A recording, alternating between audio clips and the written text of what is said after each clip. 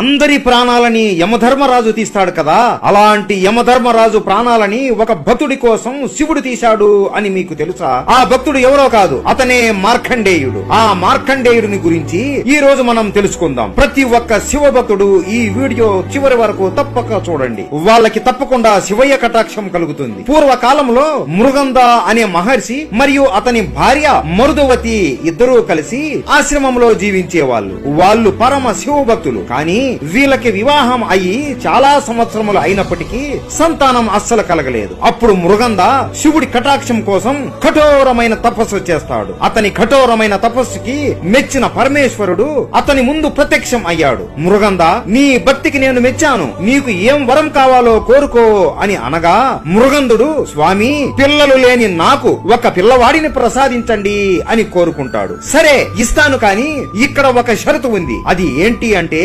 మంచివాడు, తెలివైన వాడు, బ్రాహ్మణుడు మరియు పరమ భక్తుడైన 16 ఏళ్లు మాత్రమే జీవించే కుమారుడు కావాలా, లేదా దుష్టబుద్ధి చెడు పనులు చేసి 100 ఏళ్లు బ్రతికే కుమారుడు కావాలా అని శివుడు అడుగుతాడు. అప్పుడు మృగందుడు, స్వామి, అల్పాయుష్కుడు అయినా సరే తెలివైన వాడు, మంచి బుద్ధులు కలిగిన కుమారుడే కావాలి అని కోరుకుంటాడు. అప్పుడు శివుడు చిన్నగా నవ్వి, సరే మృగంద, నువ్వు కోరుకున్నట్లే అన్నీ జరుగుతాయి, తదాస్తు అని వెళ్లిపోతాడు. అలా కొంతకాలానికి ఆ దంపతులకి ఒక అందమైన బిడ్డ జన్మిస్తాడు. ఆ బిడ్డను చూసి మృగందుడు ఎంతో సంతోషిస్తాడు. శివలింగం దగ్గర పిల్లవాడిని పెట్టి మార్కండేయ అని నామకరణం చేస్తాడు. మార్కండేయుడు కూడా చిన్నతనము నుండి శివుడి పైన ఎంతో ప్రేమని పెంచుకుంటాడు. ఎప్పుడు చూసినా శివుడి సూత్రాలనే పలుకుతూ ఆయనకి పూజలు చేస్తూ ఉండేవాడు. మార్కండేయుడు ఎంత మంచివాడు అంటే, ఇంటికి బిచ్చగాళ్లు ఎప్పుడు వచ్చినా సరే లేదు అనకుండా ఇంట్లో ఉన్న ధాన్యం మొత్తం ఇచ్చేసేవాడు. ఇంట్లో వాళ్ళ కోసం ఉన్న ఆహారం కూడా చెయ్యి చాచి అడిగిన వారికి లేదు అనకుండా ఇచ్చేసేవాడు. అలాగే మార్కండేయుడు జంతువుల పైన కూడా ఎంతో ప్రేమని చూపించేవాడు. అలా చూస్తూ ఉండగానే మార్కండేయుడికి 16 సంవత్సరములు వచ్చేస్తాయి. మృగందకి అలాగే అతని భార్యకి భయం మొదలవుతుంది. ఎంతో ప్రేమగా పెంచుకున్న కొడుకుని ఈ సంవత్సరంలో కోల్పోతాము అని ఇద్దరు దుఃఖిస్తూ ఉంటారు. వాళ్ళు బాధపడడం గమనించిన మార్కండేయుడు తల్లిదండ్రుల దగ్గరికి వెళ్లి, నాన్నగారు, ఎందుకు మీరు అంత దిగులు చెందుతున్నారు అని అడగగా అప్పుడు మృగందుడు, కుమారా, నువ్వు మామూలుగా జన్మించలేదు నాయనా. శివుడికి నేను కఠోరమైన తపస్సు చేసి మెప్పించిన తరువాత ఆయన వరం వలన నువ్వు మాకు జన్మించావు. అలాగే నువ్వు కేవలం 16 ఏళ్లు మాత్రమే జీవించగలవు. ఇప్పుడు నీకు గడువు పూర్తి అయ్యింది, నువ్వు మరణిస్తావేమోనని మాకు బాధగా ఉంది కుమారా అని చెబుతాడు. అప్పుడు మార్కండేయుడు, మీరు నాకు వేదాలను, పురాణాలను, శాస్త్రాలను అన్నీ నేర్పించారు. మీరు ఎప్పుడు చెబుతూ ఉండేవారు కదా, శివుడిని ప్రేమగా అడిగితే ఏది అయినా సరే ఆయన ఇస్తాడు అని. అలాగే శివుడి ఆజ్ఞ లేనిదే చీమ అయినా కదలదు అని. నేను 16 సంవత్సరములు మాత్రమే బ్రతుకుతాను అని ఆ శివుడే కదా చెప్పింది. నా జీవిత కాలాన్ని పెంచమని ఆ శివుడినే ప్రార్థిస్తాను అని అక్కడి నుండి వెళ్లిపోతాడు. మార్కండేయుడు తపస్సు చేయడానికి అడవిలో ప్రయాణించి ఒక సరస్సు దగ్గరికి చేరుకుంటాడు. శివలింగం ముందు కూర్చొని తపస్సు చేయాలి అని నిర్ణయించుకొని అక్కడున్న మట్టితో తన చేతులతో శివలింగాన్ని చేస్తాడు. ఆ శివలింగం ముందు ఒంటి కాలు మీద నిలబడుకొని ఓం నమ శివాయ, ఓం నమ శివాయ, ఓం నమ శివాయ అంటూ కఠోరమైన తపస్సు చేస్తాడు. ఉదయం నుండి రాత్రి వరకు అలా ఎన్నో రోజులు గడుస్తాయి. కానీ మార్కండేయుడు కదలకుండా, ఆపకుండా కఠోరంగా తపస్సుని చేస్తూనే ఉంటాడు. చివరికి మార్కండేయుడి ఆయుష్ ముగుస్తుంది. అతని చావు రోజు రానే వచ్చింది. ఇదే సమయంలో యమధర్మరాజుకి ఈ విషయం చిత్రగుప్తుడు చెబుతాడు. యముడు ఆ పిల్లవాడి ప్రాణాలని తీసుకొని రండి అని శక్తివంతమైన యమదూతలని పంపిస్తాడు. ఆ ఇద్దరు యమదూతలు మార్కండేయుడి దగ్గరికి వస్తారు. మార్కండేయుడు అప్పటికి కూడా ఆపకుండా తపస్సు చేస్తూనే ఉంటాడు. అతని చుట్టూ ఒక రక్షణ కవచం లాంటిది ఏర్పడి ఉంటుంది. అయినా సరే ఒక యమదూత ఆ పిల్లవాడి ప్రాణాలను నేను తీస్తాను అని తన చేతులతో మార్కండేయుడిని పట్టుకోగా అతను భస్మం అయిపోతాడు. ఇంకొక యమదూత ఎగిరి ఎక్కడో పడిపోతాడు. అతను లెగసి భయంతో యమధర్మరాజు దగ్గరికి వెళతాడు. మహారాజా, మహారాజా, ఆ పిల్లవాడు చాలా శక్తివంతుడు, అతన్ని ముట్టుకున్నందుకే ఒకడు భస్మం అయిపోయాడు, నాకు భయం వేసి వచ్చేశాను అని చెబుతాడు. ఓరి మూర్ఖుడా, ఒక సాధారణమైన బాలుడి ప్రాణాలను తీసుకొని రావడం నీకు సాధ్యం కాలేదా? కొంచెం కూడా సిగ్గు కాలేదా ఇలా చెప్పడానికి? సరే, నేనే వెళ్లి ఈ పని పూర్తి చేస్తాను, అందరూ చూసి నేర్చుకోండి పట్టుకోండి అని అంటాడు.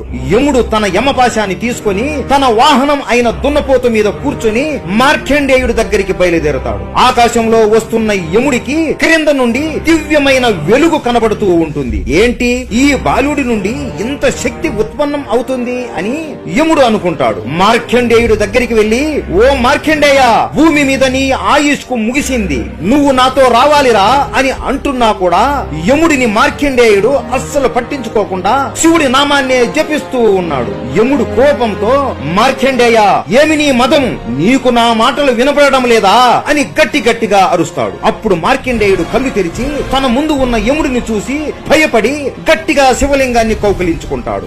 నేను నీతో రాను యమా, అయినా నా పరమ శివుడిని నేను పట్టుకొని ఉండగా నువ్వేమీ చేయగలవు యమధర్మరాజా అని భయపడుతూ యముడితో అంటాడు. అప్పుడు యముడు, ఆహా, నేను నిన్ను ఏమీ చేయలేను అనుకుంటున్నావా, ఇప్పటి వరకు నువ్వు శివభక్తుడివి అని సహించాను అని కోపముతో తన యమపాశాన్ని తీసుకొని మార్కండేయుడి వైపు వేస్తాడు. అది పొరపాటుగా ఆ యమపాశం మార్కండేయుడితో పాటు శివలింగానికి కూడా చుట్టుకుంటుంది.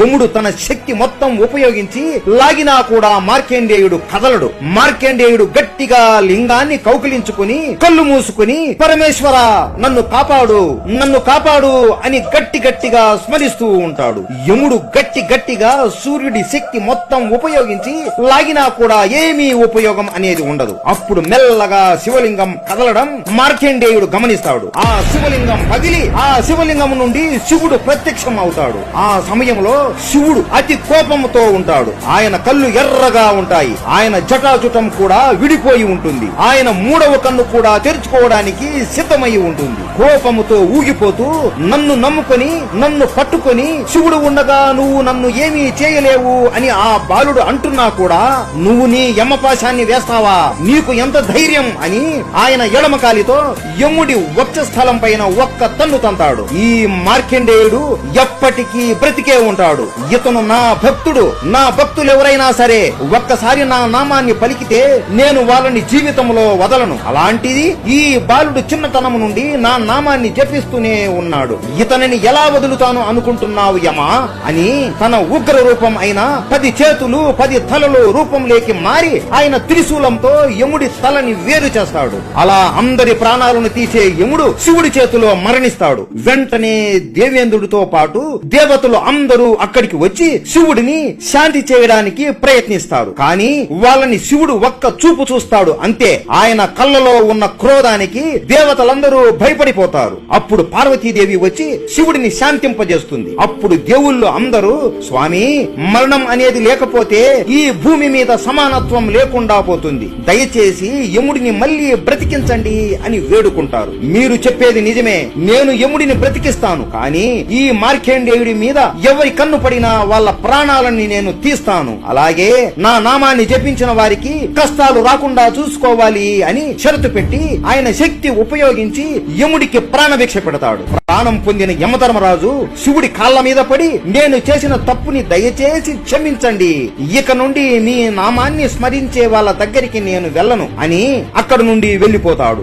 ఏం మార్కండేయ, నీకు ఇంకా ఏమైనా కావాలా నాయనా, చెప్పు అని నవ్వుతూ శివుడు అడగగా మార్కండేయుడు ఆనందంతో నవ్వుతూ శివుడి పాదాలపైన పడిపోతాడు. చాలు స్వామి, నాకు మీ దర్శనమే చాలు అని కౌగిలించుకుంటాడు. శివుడు నవ్వుతూ మార్కండేయుడిని దీవించి అక్కడి నుండి వెళ్లిపోతాడు. ఎంతైనా మిగతా దేవులతో పోలిస్తే శివుడికి తన భక్తుల మీద ప్రేమ చాలా ఎక్కువ కదా. లేకపోతే ఒక భక్తుడి కోసం శివుడు యముడినే